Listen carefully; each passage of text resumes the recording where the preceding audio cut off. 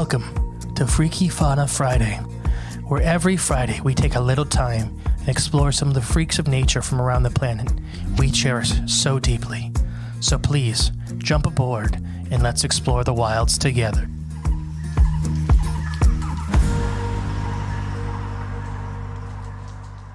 Hello, and welcome back to Freaky Fauna Friday. I am the great and powerful Mr. E. And I'm Jay. And I still haven't slept since the last time you've heard my voice. You're still delirious. Oh, yeah. What do I got on the table? I got a Celsius, which you should not drink. Unless they start sponsoring the show, then drink them up. Yeah. And then a big Pepsi, because they were out of Dr. Pepper. Well, that'll do. You know what Dr. Pepper is? Barbecue soda. Barbecue pop. Okay, I can see that. So whose freak of nature are we going to talk about today? Are you asking me? Yes. One of my favorites. And it's kind of funny because they're all my favorites. Oh, yeah, true. It's like God's children. They're all equal. I just carry these ones a lot more. That's true. The Loggerhead, also known as the Alligator Snapping Turtle. Why the heck did you just call it a Loggerhead? Because I did a report on these in 7th grade, and that's the only thing I remember about them. So there's actually, we'll get to it. Yeah, the Alligator Snapping Turtle, really cool. America's biggest freshwater turtle. It's one of the biggest freshwater turtles in the world.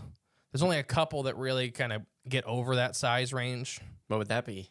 There's a couple, and there's, oh gosh, I can't even remember the common name, but it's like one of the giant soft shells of India. Get like 600 to 700 pounds, but I think there's one pair left in the world. Push the holy moly button. Oh gosh. Holy moly. Yeah. Like, wow. Yeah. It's a big turtle. But a couple people are working on looking in the wild in a couple pristine areas, and they think there may still be a small population out there. That'd be neat. So who knows? Anything could be possible. Truer words have never been said. But no, yeah, so alligator snapping turtles have been endangered in a good chunk of their range. But they used to have a much bigger like historic range. Like they used to be in Indiana, Ohio. Pretty much it's the Mississippi drainage. So if you live somewhere that is the Mississippi drainage, you have the chance to have an alligator snapping turtle. What's the difference between a drainage and a watershed? They're kind of the same thing. Okay. It's just kind of different terminology. Okay. So I guess watershed would be the smaller scale of drainage. Okay. Because it's just like the Mississippi River watershed. It would be kind of goofy to say. I don't know. I know, but I'm just saying from my perspective, if you said the Mississippi River watershed, yeah, it's like, yeah, that's 80% of the country goofy. Gotcha. Like, but drainage is, I guess, the more appropriate term. Oh, that's like a big scale. I gotcha. Yeah. Makes sense. Okay. Like, you wouldn't talk about, like, Hog Creek, our local creek's drainage. Yeah, but you talk about the Hog Creek watershed. It wouldn't even be the Hog Creek watershed. It'd be the Ottawa River watershed. Or the Scioto River watershed? No, it'd be the Great Miami. Oh, okay. So Hog Creek flows into the Great Miami. Look at us getting down dirty with the watersheds.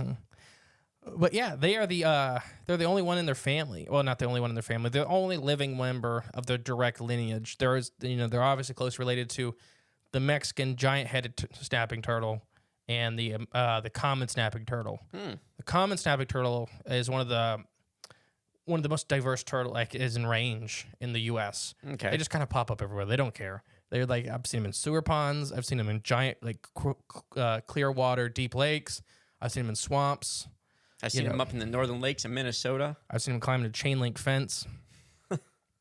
But yeah, so they're one of the two major members of the snapping turtle families that live here. They're completely native to the U.S. I'm trying to find. Sorry, guys, this is a little impromptu. But yeah, their bite pressure is kind of argued because it's kind of a little hard to measure it. Right. To get them to bite as hard as they can. We've heard anything from around 2,000 pounds per square inch, so that's on par with something like a great white shark or a large saltwater crocodile. Dang. Or up to 6,000 to 7,000 pounds per square inch for the big adult alligator snapping turtles, which is on par with an orca. Dang. That's strong. That's strong. Yeah. So they rival a lot of the big carnivorous dinosaurs for bite pressure. Oh, no. There's a couple of the big ones that beat it, like obviously like T-Rex and stuff, because T-Rex are designed like pit bulls, They have their heads just made to crush. I mean, these guys are pretty much like dinosaurs. Yes. So their whole skulls, like if you ever get the chance, everybody at home, to look up a picture of an alligator snapping turtle skull, it's just designed to have as much bite force down as quick as possible. And you don't think of turtles as being fast. And these guys generally aren't fast as in walking, but their bite speed is like instantaneous. Well, when we used to have one in here, I've watched him bite a fish or two, and yeah, it's bam, it's now. These are kind of considered vulnerable now, so they've been downgraded from federally endangered. So that just means in some parts of their range, they're doing really well, and other parts are still really struggling. Okay. Turtle hunting, it's not for me. I know we have listeners that do it. It's just not for me, but turtle hunting is non-selective. So when you're supposed to be catching like just the common snappers and like soft shells, People every once in a while you get. And it's not like they're not killing the alligator snapping turtles on purpose, Right. but they're still the method of harvest is still going to kill them. Okay. If that makes sense. Yeah, it does. They are found pretty much, like I said, the Mississippi drainage and the Gulf of Mexico. They have popped up in Mexico a couple times, so pretty much anything. They popped up in Florida. They can live in saltwater? So they are like estuary hoppers. Okay. So they don't really they're not fully saltwater, but they can kind of So they can swim through to get to the next spot. do the edge. Yeah. Yeah. These guys are big, quite big, but typical size is up to 32 inches shell length. Oh. And anywhere from 155 pounds to 200 pounds for a large old adult. In captivity, these guys rarely get over 70 to 80 years old. Most common is 45. And we've talked about that on the other show this week on Monday on oceanic crocodiles, where that's just mainly due to reptiles just don't do good in captivity, especially these old giant reptiles. They just don't get to those ages, and they don't get to their lengths and their weights like they would in the wild. They'll eat anything that fits in their mouth. They're very opportunistic. So they're scavengers just as much as they're predators. Just like any good turtle. That's why they've made it long past the dinosaurs went extinct. Is that they're not generally very picky of what they're going to eat. If it fits, they're going to eat it. Rotten, don't care. Fresh, don't care.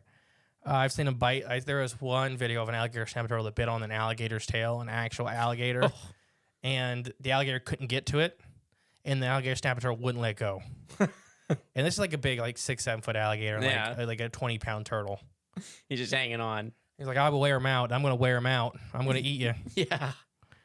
But yeah, these like I said, they'll eat anything. And there's even this is kind of an argued fact. So not really a fact, but kind of an argued point that they may even be partially herbivorous, so omnivores, to where they're eating some plant matter. There's some evidence suggests they eat stuff like roots, like cattails and stuff like that, especially when times are hard. Yeah, because those are full of starch and stuff, right? Yeah. So there seems like they may be even that much more opportunistic to where if they really have to, they'll start eating those specialized plants. Gotcha. To get those starch and stuff like that.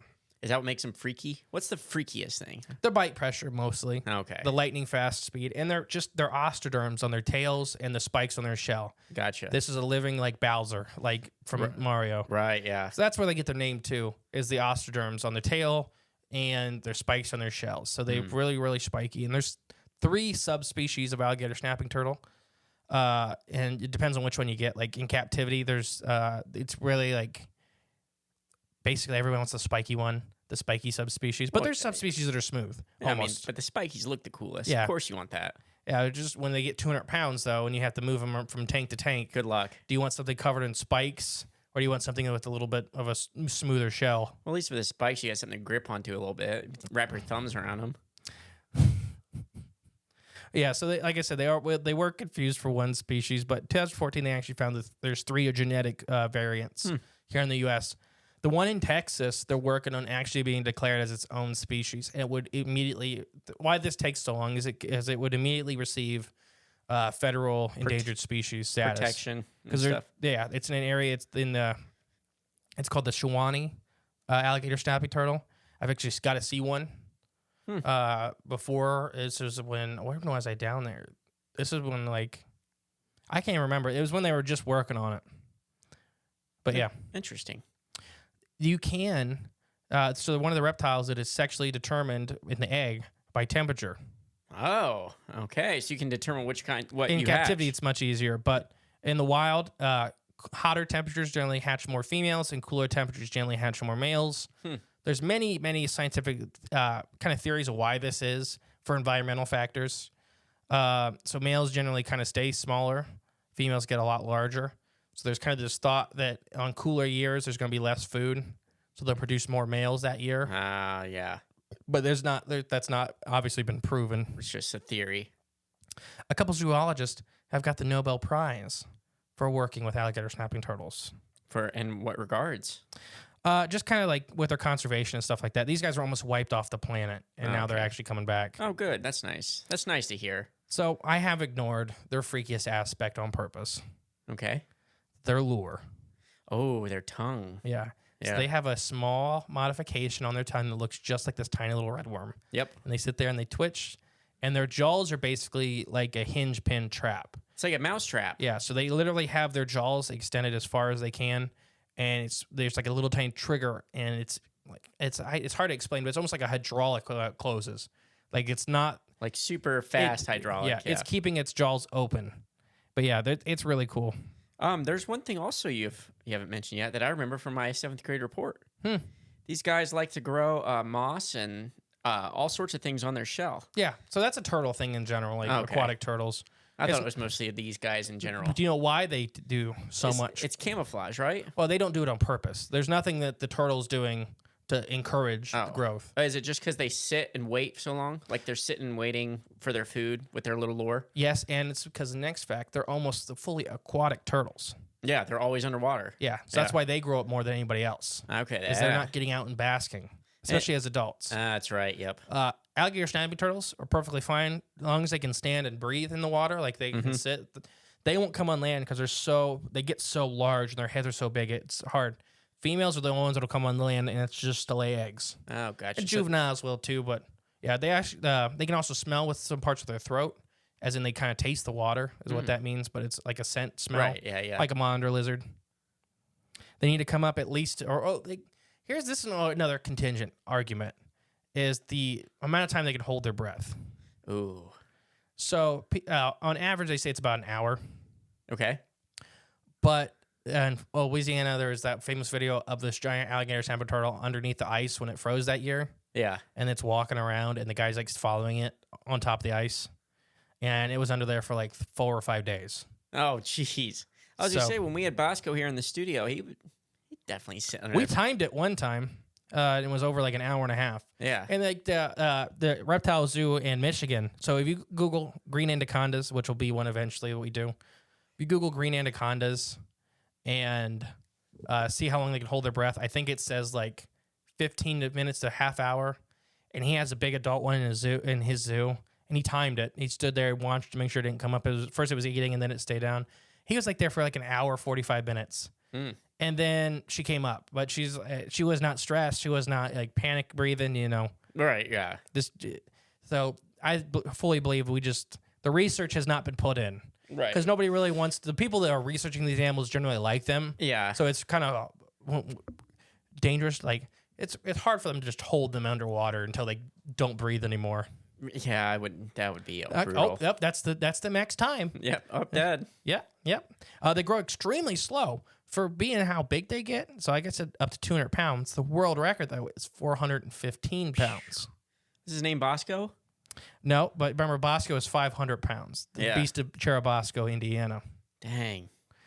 Despite all these facts I've told you, with these giant bite forces and this big meaty animal, there's never been a fatal bite on a human.